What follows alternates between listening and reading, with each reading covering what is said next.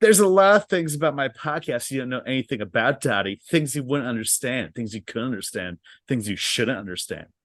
Pee Wee's Big Adventure coming up next.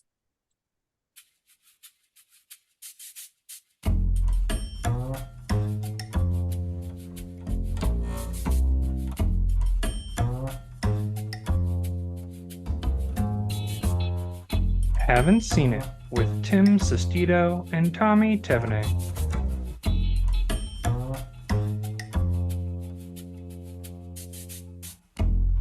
Hello, everybody. Welcome on in. Thank you all so much for listening today. This is a podcast where one of us is watching a movie for the very first time. And is this both of us? Just me? Just you? Yeah, I've never seen this before too, but Tim, this is your first ever Pee Wee Herman experience ever. I can't say that myself. I've seen a Netflix movie, but that's about it. Yeah, So I never really attracted to me. It felt like that weird, like 80s kids kind of thing, like the movie. yeah, Yeah, do the you think movie. that? Do I think that? Like, yeah, I mean, reading into the origins of Pee Wee, right? Like he was a stage character written by Paul Rubens and oh, who's the guy from SNL, It Simpsons, was and Phil so Hartman. basically, Phil Hartman. It was they yeah, wrote it for, and then HBO, and it was a little more adult humor in there, subtly woven in. And then with the movie, they were like, okay, well, this is going to attract kids, so you got to tone that down. they definitely toned down a minute. I mean, like, it started in the groundlings with Phil Hartman, and Phil Hartman co-wrote the script. Also, the guy from The Yeah, Simpsons, Small Soldiers, other things like that. Pee Wee Herman debuted on the dating game show, that cheesy '70s show, and then he got the stage show, which led to an HBO special of the stage show. Then he toured everywhere. He sold out Carnegie Hall, like good venues and stuff like that. And then Warner Brothers was like, okay, make your movie. Here's your script. Like, we want you to do a Pee Wee Herman movie. And him and Phil Hartman, Paul Rubens and Phil Hartman, never have written a script before. So they pretty much bought a book that was how to write a script, and they followed that to a T when writing this movie. So I mean, like, they pretty much try to keep it on track as much as they could, because they're like, what the fuck we're doing right here? And I think it worked out though in a great way. This is a delightful movie to watch. and this is also what our third Tim Burton movie. Yeah, I mean, pretty much our big directors on this pod now are Paul Verhoeven and Tim Burton. So I mean, like, some company we're keeping. I'll be honest, when we started this podcast, I never thought we'd be like diving this deep into Tim Burton and Paul Verhoeven filmography. And I would say that's not a discredit to either of them, but I will say I Yeah, feel like Tim Burton definitely has like a very weird reputation because like all of his stuff up until like Ed Wood is is like really good, and then yeah. a few hits here or there, and then a bunch of misses. Well, I think Uh, it's his post like 2000s career. I mean, like, once he gets to like the Planet of the Apes, I that's when it think, gets kind of yeah, I dreadful. mean, I think you could say like Mars Attacks is like I know you like Mars Attack, but that wasn't as well received. Because then it's Sleepy Hollow, Planet of the Ape. Like Big Fish is really good. But like the Here, Alice in Wonderland remake, oh, yeah, the movie holy we're never gonna cover. moly. The Charlie and the Chocolate Factory, ooh, Dolly, like things that should have stayed on the shelf. Um, and like he did the Dumbo remake, which I completely had forgotten from my brain that that was a thing. I mean, it's been a rough like 20 15, years.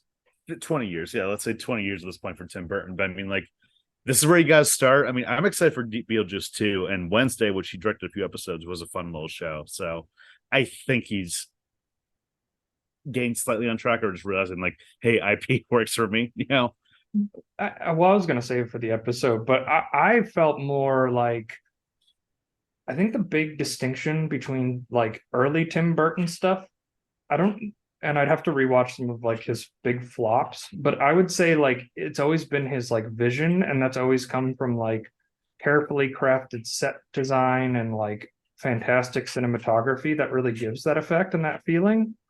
And when he converts to pretty much CG exclusively, that's when like the movies don't connect as well, and it's just that like uncanny valley that we've talked about. And I didn't check out Wednesday. I would if Netflix didn't restrict accounts, and I had been on my parents' account for years, and uh, it's more of a oh, protest. It's more of a protest to Netflix at this point of just being like, I'm not doing what you want me to do.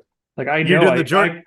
I could do it. You're. I could do I was, it. That's not a problem, but I'm just uh, not going oh, to. I was gonna say, you're gonna do the George Costanza. Like you can't fire me because I quit.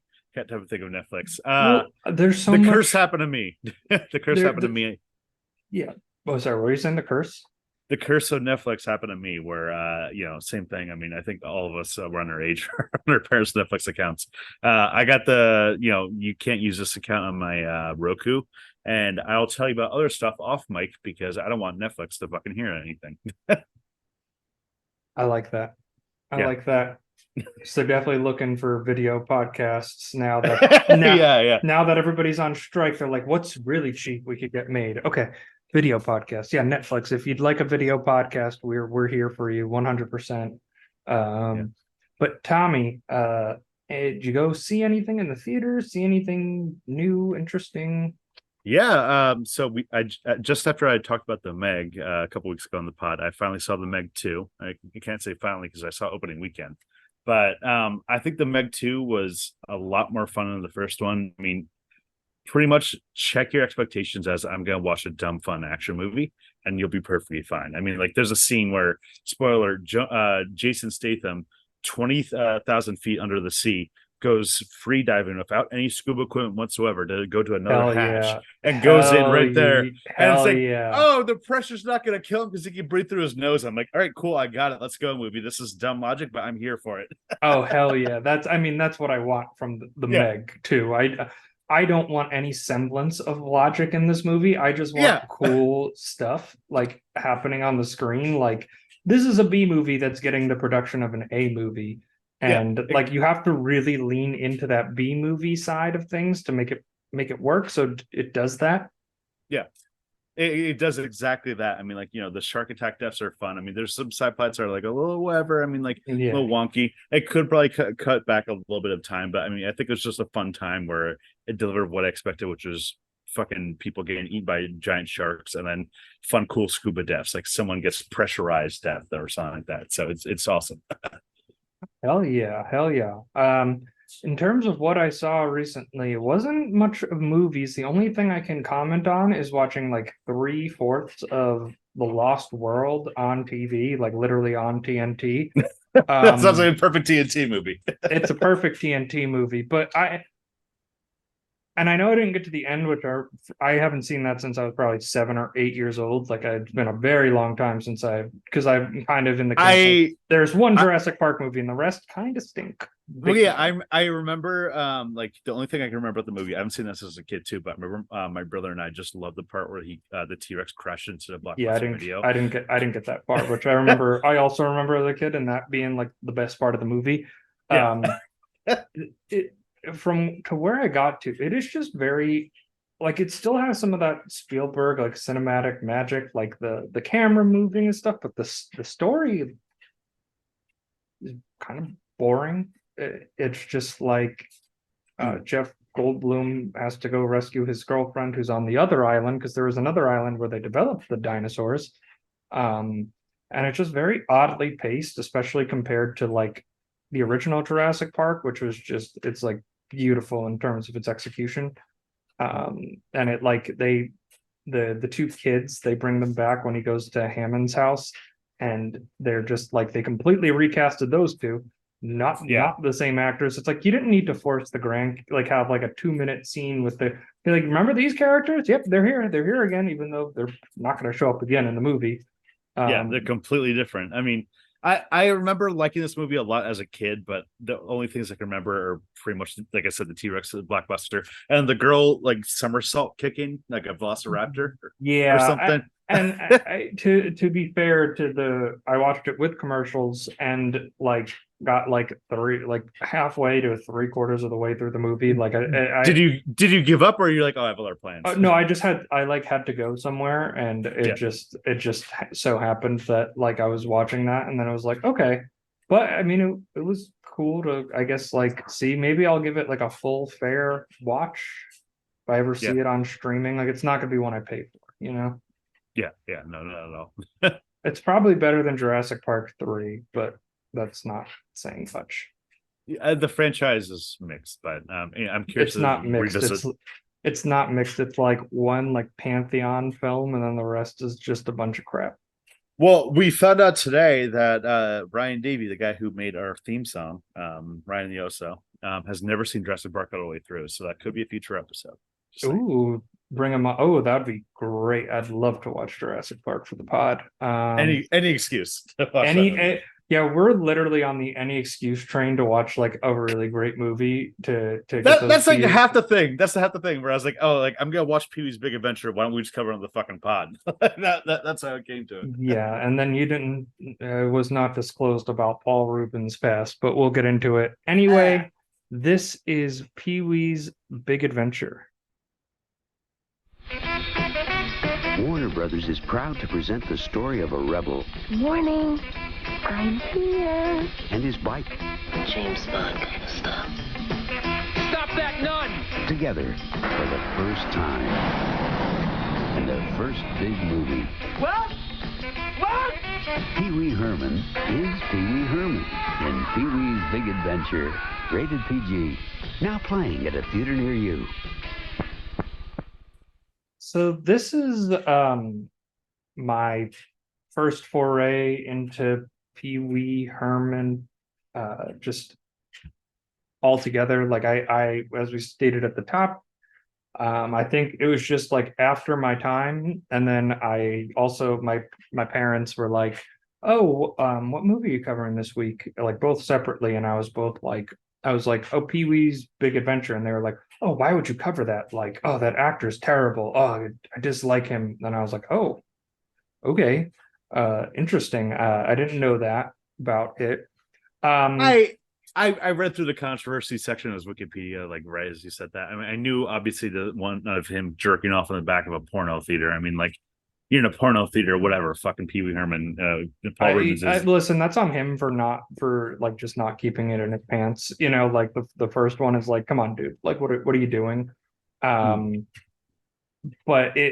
it's the second one is like kind of convoluted, where they found a bunch of like there was a search warrant on a bunch of different There was a items.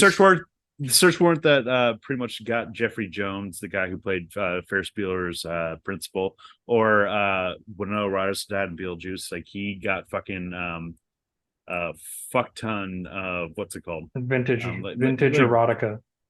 Yeah, well, I mean, like he essentially became a witness in Jeffrey Jones' case, and then he turned himself over. But I mean, like from what it looks like, he's cleared of all charges. There said there's no Well, he real link. pleaded not guilty and took lesser charges than like in possession of child pornography. But I think I think it kind of complicates the legend of a like a child star. Like I think there's a lot of dirty people in Hollywood, and it does come down to it's the old Roman Polanski issue is, can you separate the art from the artist? Like, and I'm perfectly capable of that, and I don't hold that in any weight against Pee-wee's Big Adventure. There's hundreds of people involved with that movie. Paul Reuben is just one major aspect of it. I for me, like I don't know enough other than like a Wikipedia blurb about it. It's interesting like conversation. Like where do you fall on the like separating the art from the artist kind of debate? I mean, it definitely depends on like who the artist is. I mean, like I'll still watch a Kevin Spacey movie, but I'm not gonna see a new Kevin Spacey movie.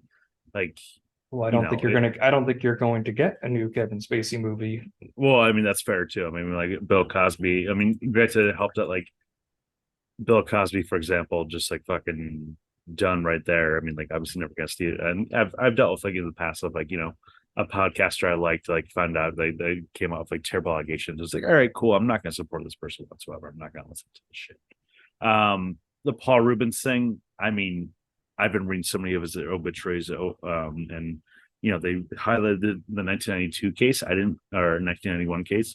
The 2002 arrest wasn't really mentioned, and in a lot of ways, it just cleared up that he had some vintage magazines, and I don't think that he was a pedophile the way Jeffrey Jones was. But No, I'm not putting them in that realm together because Jeffrey Jones is completely different than Paul Rubens, but and I wasn't expecting to address this off the top here, but I think it's an interesting note that you have to make with some, and I think it's just more that Pee-wee's Adventure is the children's film. It's Tim Burton's first feature film, and it, and he, after the success of this, like Pee-wee's Playhouse was like directed towards children, and like getting arrested for indecent exposure at an X-rated movie theater, finding them over 70,000 items of vintage pornography. It's not great. It's not. yeah, It's just not great for a child performer. I'm just gonna, put it out there. So probably explains why my parents were like, yeah, no, we don't want this guy. We don't want to show our son this guy's stuff, which is why I just never saw it. That's where we started from.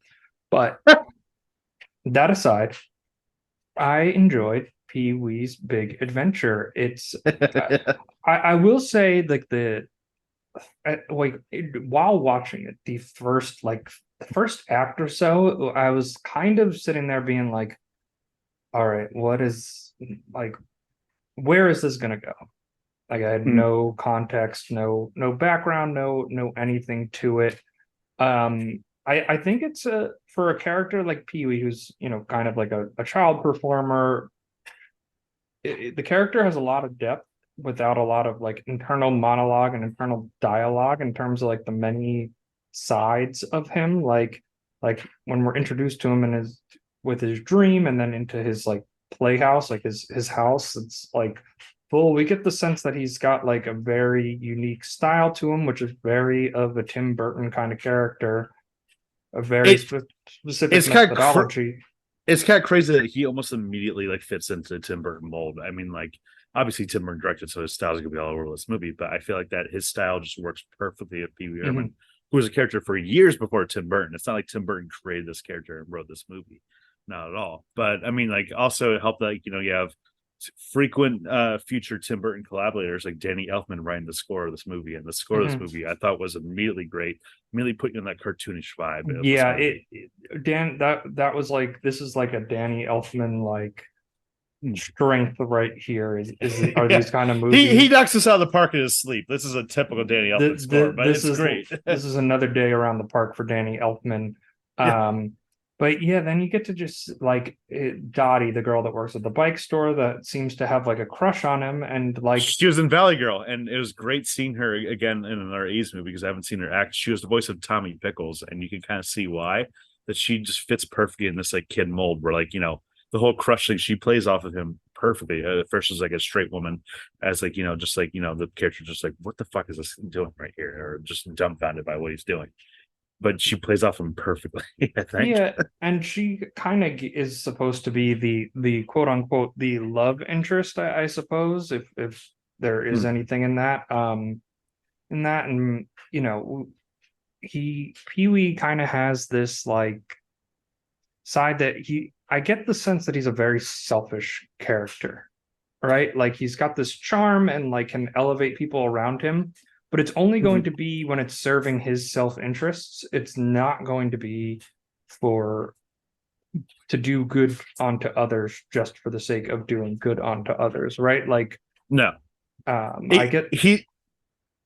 He's just like a childlike innocence in the way that just like the whole tone of the film just plays off it too. There's so many situations in this movie where like Pee-wee's like on the verge of getting his fucking ass beat, or just like being such a dipshit in situations, but somehow just his innocence just gets him through these situations, just like kind of like dumb luck in a way that plays off in a hilarious way over and over again. Yeah, and I mean, I thought the best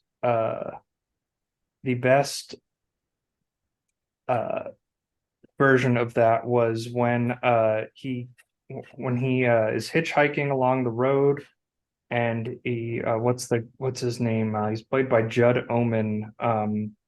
Mickey, yeah, the escape convict, and then he, they dress up in drag somehow because it's just in Pee-wee's bag, like his little his little hobo stick that he takes with him. And the cops like eyeing him up and down, being like, "Yeah, you have a good day, ma'am." And they're both like, "Okay," like, "Yeah, okay, Yeah. we'll be good to go then." I thought that the one where it really didn't work for me was the biker bar with Oh no, tequila. I I thought that know was fucking hilarious. I knew you were gonna love that. I Yeah. just kind Especially the biker girl was also Cassandra, or Elvira, Mistress of the Dark. That was that actress right there. But I just thought the tequila scene was just fucking hilarious. I feel like that almost feels like it was in Beetlejuice too, but I know it's a different song. for me it just felt like tonally different, and it felt like in the script they just hit this wall going, "Oh, I don't know how we get them out of this one." Like, we have violent people that are being like, "Yeah, let's hang them. Oh, but first let's kill him and then we'll hang him," or whatever. And then he just dances tequila, and then they give him a motorcycle, and it's like, okay. Oh, I know the tone over and over again. It's just like the most absurd thing of like how is he gonna get out of this? And of course, this is a movie that if you know, they write themselves in the corner, they're just like, oh, this is bullshit.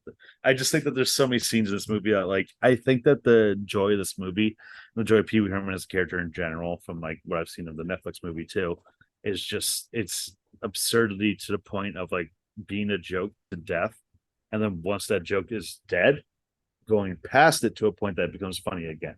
Like the scene of him immediately after the bike gets stolen, and he looks at all the bikes going around him, and he sees different bikes over and over and over and over and over again. At that point, that's like, okay, let's just get past this joke. But then they keep doing it in a way that's just fucking hilarious. And that worked for me. I just didn't get that sense in the biker scene, in the in that realm. Like, for me, I felt a little disconnected from it. It just felt like they put him in a biker bar and then kind of said, "Well, okay, if he dances to tequila," and then they're all on his side. But it just didn't feel like, it just didn't work for me. I don't Yeah. know. It can work for some people. It doesn't work for other people. That's just how I felt about it. It's Yeah. probably the only moment in the movie that didn't really work for me. And then, Because otherwise, stuff like he forgets his wallet when he's at the diner, and then immediately becomes just like the dishwasher. yeah, and that's perfect. Gets a romantic connection with that girl or whatever. Not even romantic. It was just like friend. It was just pure platonic friendship. Yeah. And then her boyfriend continues just like chasing him around in San Antonio, where he runs into Simone, and she's going on the bus to Paris. And he does the bull riding. Like, I thought that, like, all that whole sequence like worked for me perfectly. My favorite character though has to be Large Marge. Oh yeah, like the great, ghost. like Great, just one off, like, so random, like could have just been did you nothing. know? Did you know about the Large Marge scene beforehand, before watching this movie? No, I had no. I knew I knew there was going to be a joke to it, just making sense to it, but I didn't like. As someone that's never seen this movie either, Large Marge was the one thing pop culture osmosis wise I just knew about, where apparently it was like something that, like, back in the 80s when kids saw this movie, Large Marge just like traumatized them, that one scene. And I can totally see why. I mean, like, it's a Tim Burton like claymation thing. Like, you could see play the same shit in Beetlejuice like a couple years later, but it just works in a way that I was like, oh fuck, this is right when I got to it, I was like, this is the Large Marge scene. Holy shit, I can't wait to watch this finally. I just got the idea that the only thing I pictured in my head from it was the Billy Madison scene with the Sloppy Joe's lady, where she's like, "I got you Sloppy Joe's here. I know you like them extra sloppy." And he's like, "Lady, you're scaring us." Like, I was like, that is the same character in my brain. Like, that's all. That's like, that was my only connection to Large Marge. But I loved that. It was like a perfect thing where the diatribe of like 10 years ago, I saw the worst accident ever on this exact day, whatever, and tell everybody here, Large Marge. And then they're like, "No, Large Marge died, and I saw the worst act." And I was like, that's good. That's a nice little play on it. Like, you're not going to see that one coming necessarily. So it was cute. And I intended, like, I think my problem was, like, in the first like 10 minutes, I was like, is Pee Wee Herman just going to annoy the crap out of me for the next 90 you minutes. totally feel at the beginning. It's just like there's a slight edge with the Pee Wee Herman character where it could easily go over the point where it's just like this is just annoying and just obnoxious and just not funny. But Yeah. he toes that line in a great way, and I don't think he goes over that. Yeah, and I think like because I think there's this scene like I'd mentioned like he's a child like there's a childhood innocence in which comes with it is like an inherent selfishness that you're only going to think within your lens, not within anybody else's lens. Like when he runs into Francis, who's like, "I want to buy your bike," and he's like, "No," like I didn't really get that from him there, like that extra like character dynamic, the extra layer that kind of makes him more interesting. Like I just kind of felt like, is he a man that's on the spectrum? And it was the 1980s, and like they didn't really know We about didn't these talk about things. it. They just didn't talk about it. I like that. That was because like I mean he's like if in a modern lens he is certainly somewhere on that spectrum. Yeah, in a 2023 lens, he totally plays off that way, but like more innocent time in the 80s. It's just amazing, just like again of like the absurdity of like where and the selfishness of the character where he immediately treats his bike being stolen, just like his wife got murdered, and immediately how the film just parodies Hitchcock, where it's just like the deep thriller score of just like, oh my god, he's passed out, and just like how terrible and awful this is. Sorry, kid, the cops can't help you out here. And he backs into a wall full of fucking bikes, just like a Hitchcock shot right there. Yeah, and then like when they're in the basement and he's got like all the townspeople being like, okay, we gotta break and move and blah, blah, blah. And it's like we gotta go, and it just immediately just keeps on fucking going and going and going. Now I'm to option 25 where this could have happened on Mars right here. Yeah, and it's there's just an underlying charm of that innocence, and I think really like I would actually say that the movie like what's going to hold it together is the scene with Simone, and that like I think you can't have this movie without it, because I think that is just where like the heart and soul of this movie lies, where he talks about her dreams, what she wants out of life, like how her boyfriend, who she doesn't really like that much, like doesn't want to go to Paris with her, like that's her dream. And I think that's the layer of like Pee Wee being able to get strangers to open up to him in that way, and even Mickey in that sense, like completely trusting him and completely like opening up to him in a way that you just wouldn't like expect that character to. Like it gives the movie this heart and soul that like it needs so badly, because otherwise it's just like a kind of annoying character for 90 minutes on the screen. Yeah, exactly. It could easily get irritating. I feel like cartoons over the years have had Pee Wee Herman type characters that just get grating very quickly. Mm-hmm. I mean, like a lot of watching this movie made me think so much of like Pee Wee Herman. Like we wouldn't have SpongeBob. I think it wasn't Pee Wee Herman. And there's very similar characteristics of the two characters of just like the eternal goof forever, you know, or like childhood innocence of both characters in a way that's almost grating. That's a good connection there, Tommy. I never really put two and two together. Well, also this is my first rodeo with a character like Pee Wee Herman. But yeah, I never really connected the two of them together. Also, it was great seeing Burt Reynolds at the end in this the cinematic. That wasn't Burt Reynolds. That was James Brolin. Oh damn! I just was like, I should have clicked the Amazon thing and saw who it was, so I wasn't wrong. Yeah. So I wasn't wrong in this moment, but I didn't do that, and I was just like fully committed into like, this looks like Smokey and the Bandit, Burt Reynolds, and I'm just gonna roll with it.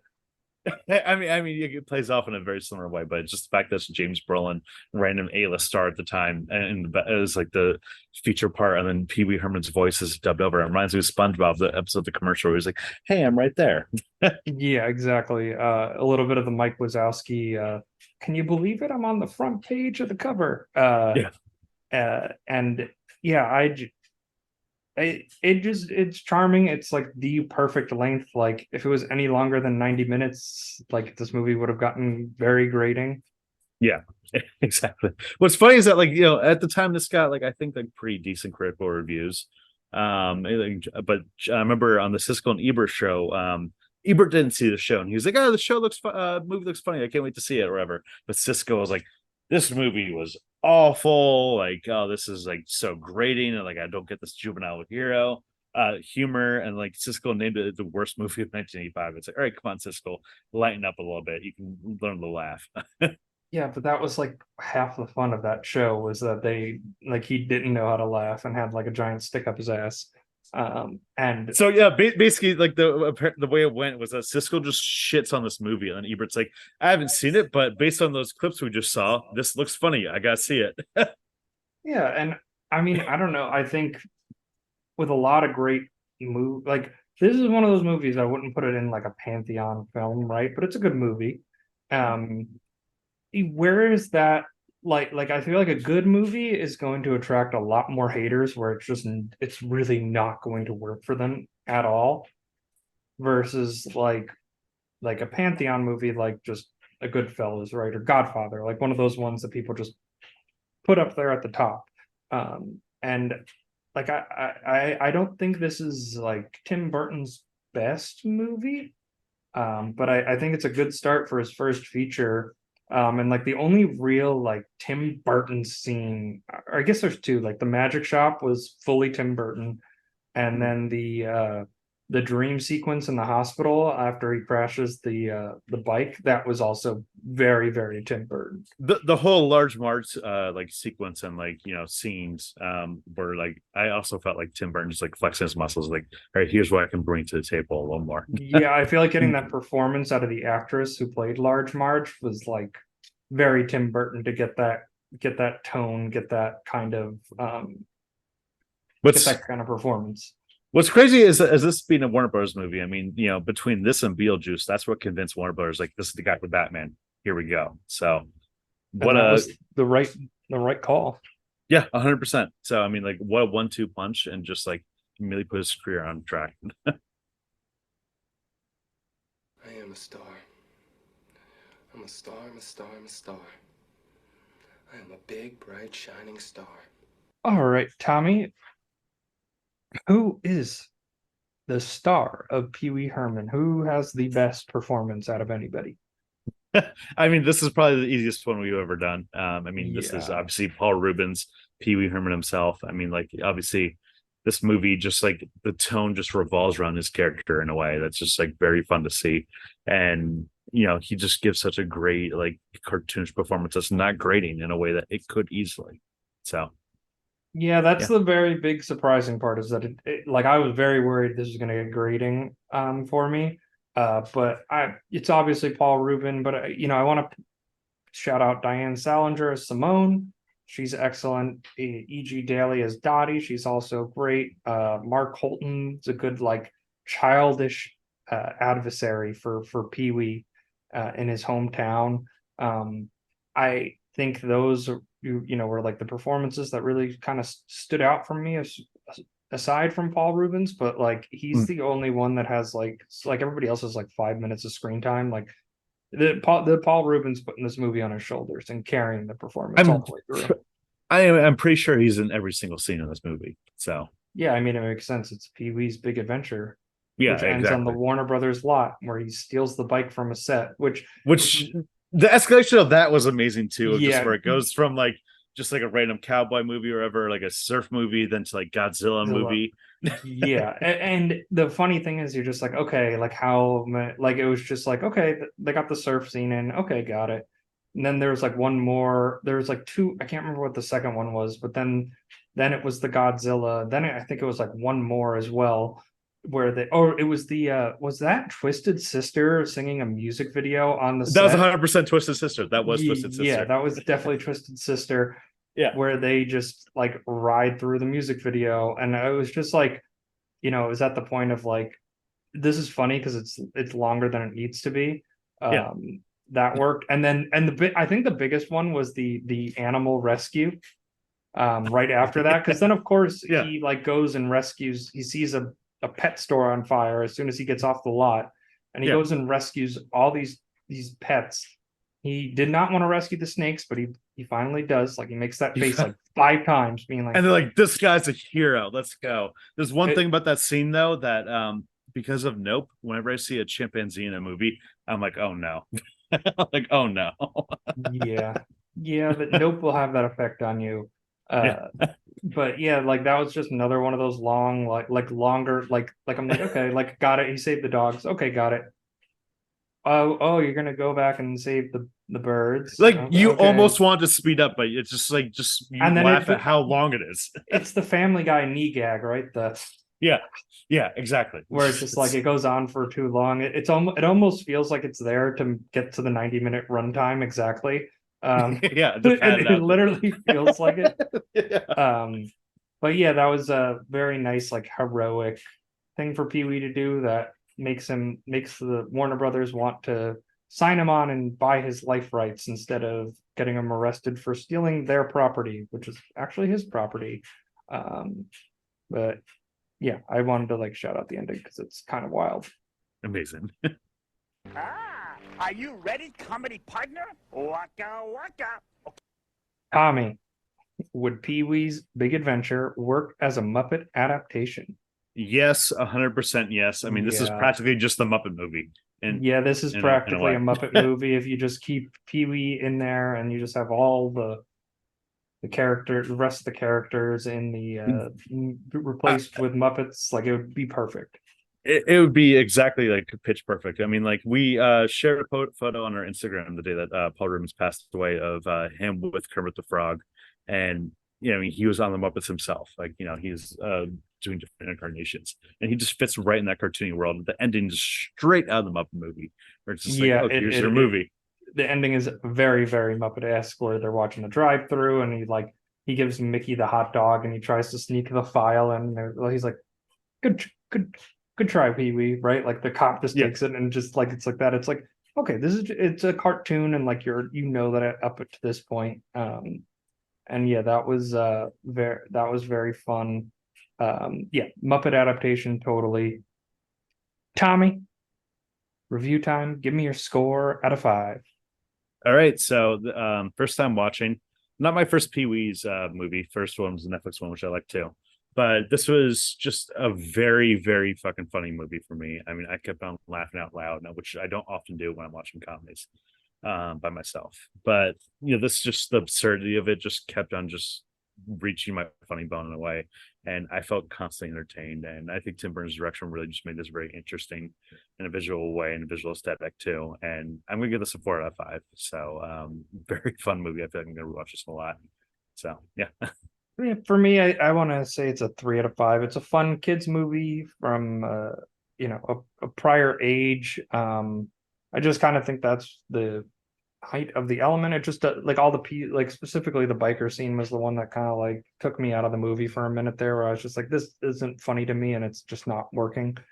But there is a charm to Pee Wee. Like I get why he was a big character. And it's very interesting to dive back into like almost a time capsule of like the 1980s of Pee Wee Herman being a popular character. Yeah, definitely worth the watch if you've never seen it before. Yeah, that was a great movie. Yeah. All right, Tommy, any final thoughts before we sign off today? Well, thank you guys so much for listening. We're going to have to cover other Tim Burton movies, but you can follow us on social media at CNETPod. That's on Twitter, X, I guess, Instagram, and TikTok, and I guess technically Threads, but that's dead. We're not going to talk about that as much. And leave us a 5-star review, Apple, Spotify, wherever you get your podcast. Really helps out the show.